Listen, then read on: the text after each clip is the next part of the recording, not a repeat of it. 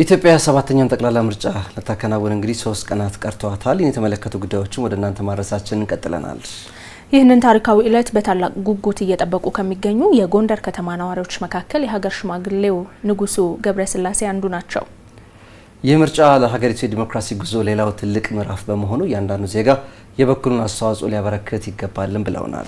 እርሳቸውና የአካባቢው ማህበረሰብ ለዕለቱ እያደረጉ ስላለው ዝግጅት በተመለከተ በስፍራው ከሚገኘው ባልደረባችን ግዛቸው ግርማዬ ጋር ቆይታ አድርገዋል። እንደሚከተለው ይቀርባል።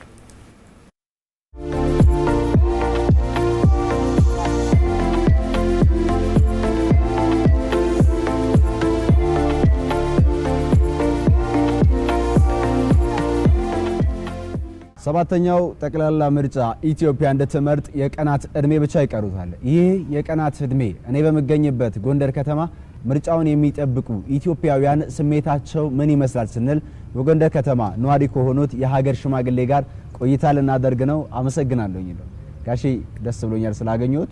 እርሶም ብዙ የምርጫ ሂደቶችን አልፏልና ከዚህ አንፃር ነው ሐሳቡን ቢያጋሩ። በደርግ የምርጫ ስልት ነበር፣ ደርግ ማለት ነው። ምክንያቱም ደርግ ኢሰፓኮ ምናምን የሚባል ነገር ምርጫ ተካሂዶ ነበር። ያን እንደመነሻ ሆኖ ስንቅ አድርጎታል። ዲሞክራሲነቱ ግን በትክክለኛ በዚህኛው ምርጫ ነው የመጣው። ከ1987 ወደዚህ ያለው ምርጫ ግን ያው በዲሞክራሲ ምርጫ ነው። በስፋት በገጠር በከተማ ያለው ጣቢያ ያለው በየጣቢያው የሚመርጠውን ተወካይ መርጦ የክልልና የሀገር አቀፍ ተመራጮችን የህዝብ ተወካይ ምክር ቤትና የክልል ምክር ቤቶችን መርጧል።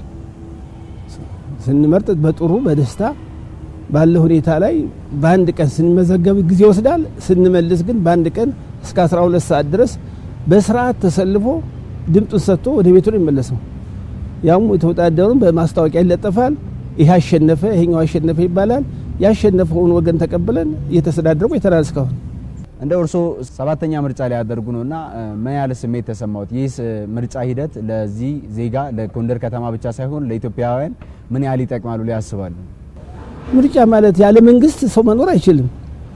የራሴ ተወካይ የፓርቲ ተወካይ ካለ የተመረጠው ፓርቲ ቃል ገብቶ በማኒፌስቶ መሰረት ይመረጣል።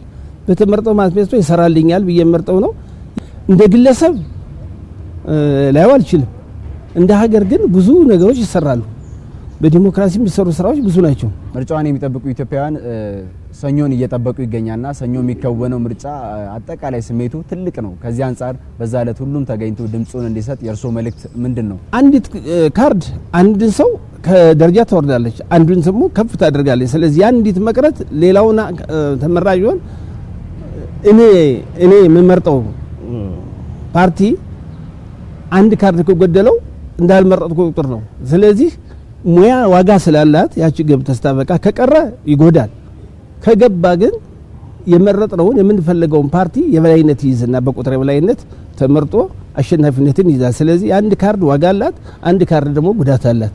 ስለዚህ ካርዷ በሰዓት መመለስና መግባት አለበት። ያ ካልሆነ የምርጫ ይዘቱ ከቀረ ምንም ትርጉም የለውም። ለነበረን ቆይታ እጅግ ከልብ አድርገን እናመሰግናለን። ኢትዮጵያውያን ሁሉም ያችን ቀን ይጠብቃታል። ግንቦት 24 ቀን 2018 ዓ.ም በአንድ ላይ በመውጣት ድምጼ ዋጋ ያለው በማለት ኢትዮጵያ እንድትመርጥና ኢትዮጵያ እንድታሸንፍ ያደርጋል። ግዛቸው ግርማዬ ነኝ ከጎንደር። የነበረኝ ዘገባ ይህን ይመስላል።